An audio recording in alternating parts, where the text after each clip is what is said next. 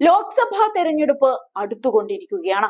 ആവനാഴിയിലെ എല്ലാ അസ്ത്രങ്ങളും പഴറ്റി എല്ലാ രാഷ്ട്രീയ പാർട്ടികളും തെരഞ്ഞെടുപ്പിനെ നേരിടാൻ ഒരുങ്ങുകയാണ്. ഇത്തവണ കോൺഗ്രസ് വളരെ ശ്രദ്ധിച്ചാണ് കരുക്കൾ ഓരോന്നും നീക്കുന്നത്. പ്രമുഖ സ്ഥാനാർത്ഥികളെ മാത്രം ഇറക്കിയാണ് അവർ തെരഞ്ഞെടുപ്പിനെ നേരിടുന്നത്.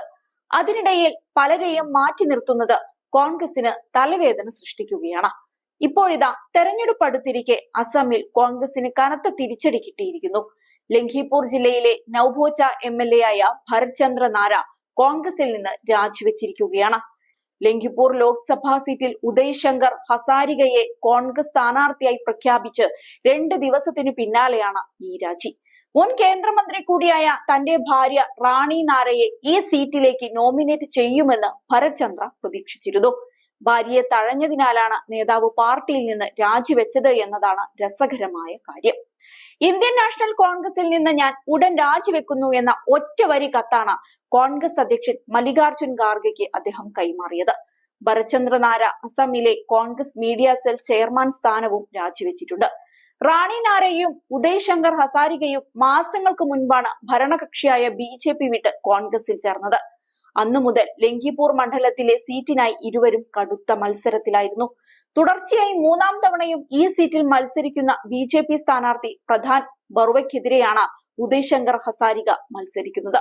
മാർച്ച് 12-നാണ് കോൺഗ്രസ് അസമിലെ സ്ഥാനാർത്ഥികളുടെ അന്തിമ പട്ടിക പ്രഖ്യാപിച്ചത്. അസമിലെ മൊത്തം 14 ലോക്സഭാ സീറ്റുകളിൽ 13 സീറ്റുകളിലേക്കും കോൺഗ്രസ് സ്ഥാനാർത്ഥികളെ പ്രഖ്യാപിച്ചിട്ടുണ്ട്. സഖ്യകക്ഷിയായ അസം ദേശീയ പരിഷത്ത് ഒരു സീറ്റിൽ മത്സരിക്കും. നേരത്തെ 4 കോൺഗ്രസ് MLA മാർ ഹിമന്ത ബിശ്വ ശർമ്മയുടെ നേതൃത്വത്തിലുള്ള BJP സർക്കാരിന് പിന്തുണ നൽകിയിരുന്നു.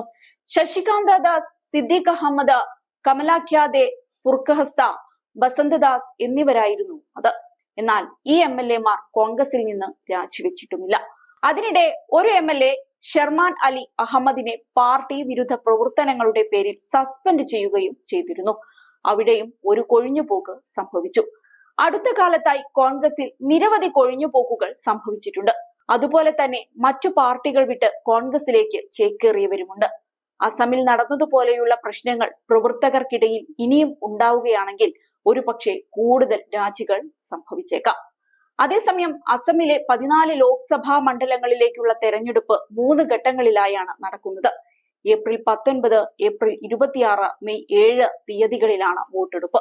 2019-ൽ 14-ൽ 9 സീറ്റും BJPക്കായിരുന്നു. കോൺഗ്രസിന് 3 സീറ്റ് മാത്രമേ ലഭിച്ചിരുന്നുള്ളൂ.